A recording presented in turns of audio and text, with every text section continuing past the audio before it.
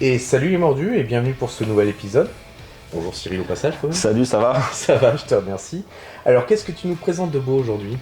Alors écoute, aujourd'hui on va essayer de parler un petit peu des alternatives au top case. D'accord. Dans tout ce qui est bagagerie sur les motos, mais plutôt situé sur l'arrière de la moto Ok. et en différentes formes.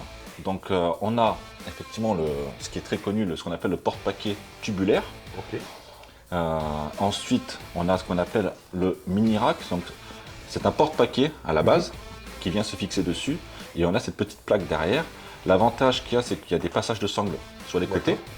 Ouais. Et donc, on peut y sangler un petit sac à dos, une petite sacoche en cuir. Ou alors, un petit top case, mais vraiment un tout petit top case, hein, 30 litres maxi. Et ce qui est génial aussi là-dessus, c'est qu'il y a des trous qui sont déjà faits de... Ah, pour le système aimanté. Voilà, là. c'est ça. Donc on l'a déjà vu sur le réservoir, ce qu'on appelle le système Lockit. Donc il y a pas mal de réservoirs, de sacoches de réservoir qui existent et pas mal de sacoches arrière aussi. En gamme Royster et en gamme Street, donc de chez Epco Becker. Le système aimanté vient se fixer ici et on a pareil donc, le même système de sangle pour positionner et enlever sa sacoche directement en quelques secondes. Ça c'est pratique. Donc voilà. Ensuite, il y a quelque chose qu'on connaît très bien nous dans le monde du trail. Donc pareil, on a une armature métallique sur le côté et on vient mettre ce rack derrière. Donc on appelle rack large. Il existe deux tailles. Donc le small et le grand. Le large, ça c'est le grand, ça va. Toi, tu as le petit sur la tienne, enfin small. Enfin, il y a 3-4 cm d'écart, c'est pas non plus monstrueux. Ça permet aussi d'affiner un peu le cul de ma moto, c'est bien. C'est ça. Donc ça, effectivement, très utilisé dans le mode off-road parce que ça nous permet d'avoir, pareil, des passages de sangle un peu partout et de pouvoir y mettre un gros sac polochon derrière, sanglé. Donc on utilise soit du Epco Becker, soit du Amphibious, effectivement, nous, assez régulièrement. Et ça bouge pas, quoi. C'est vrai que c'est pratique. Il y a des trous oblongs partout, ce qui peut être installé sur n'importe quelle moto. Donc soit sur nos supports à nous, soit sur quasiment n'importe quel support.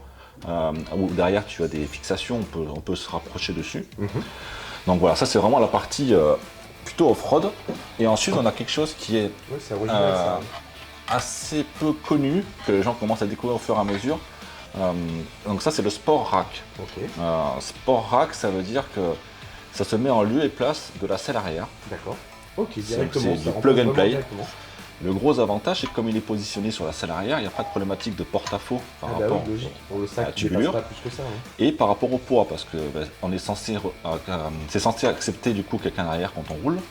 Donc on peut y mettre quelque chose d'assez lourd derrière, un petit top case aussi des fois, mais souvent les gens mettent des gros sacs derrière ou ils complètent avec un rack des fois pour mettre un gros sac bien sanglé. En plus, donc tout ce qui est roadster, sportif, quand ils veulent partir un petit peu, le gros avantage c'est que dès qu'ils rentrent de leur balade, ils donnent un tour de clé, ils enlèvent ça, ils remettent leur selle et ils se remettent en position semaine entre guillemets pour avoir leur moto tout équipée, quoi. Donc si je comprends bien, ça c'est le spécial célibataire, on est bien d'accord. Ceux qui veulent partir seuls, c'est idéal, n'hésitez pas. Ok, on parle de quel tarif à peu près pour ce type de produit? Alors tout ce qui est support tubulaire, ça varie de 150 à 250 € à peu près. D'accord. Pourquoi? Parce que du coup, selon les supports, selon les motos, il y a plus ou moins de matériaux, de complexité aussi des fois à faire des supports. Il y en a qui sont un peu plus compliqués à faire. Des fois, c'est vraiment beaucoup moins cher parce que des fois, par exemple, on n'a que ça. Parce que la moto est déjà équipée, comme sur certaines KTM, les 1290 ou certaines motos, il y a déjà l'arrière qui est déjà équipé avec des positionnements de vis, de pas de vis. Donc en fait, on vient juste positionner ça, 4 vis et c'est fini, quoi. Donc ça dépend vraiment de la moto, ça dépend de pas mal de choses, mais en général, on dépasse rarement les 250 €. Et puis après, l'avantage dès qu'on a ce genre de produit, c'est qu'on peut y mettre soit de la bagagerie cuir, soit de la bagagerie souple, soit un peu n'importe quelle bagagerie avec quelques sangles. C'est le côté vraiment pratique et le côté... qui s'adapte à tout type de moto, tout type de style. C'est ça. Bah écoute, super. Si vous avez des questions sur ces produits-là, faut pas hésiter. Comme d'habitude, vous pouvez aussi directement retrouver tous ces éléments-là directement sur le site internet. Freddy Speedway Accessories. Voilà, c'est le plus simple. Et je vous propose qu'on découvre dans une future vidéo plutôt, tout simplement les bagages qui vont dessus. C'est ça, la bagagerie. Donc on commencera sur du cuir. Puis après, on vous expliquera un petit peu toute la bagagerie qui peut exister. C'est pas mal. Il veut toujours commencer par là. Bref, merci à tous et on se retrouve bientôt les mordus. À bientôt. Ciao Cyril. Ciao.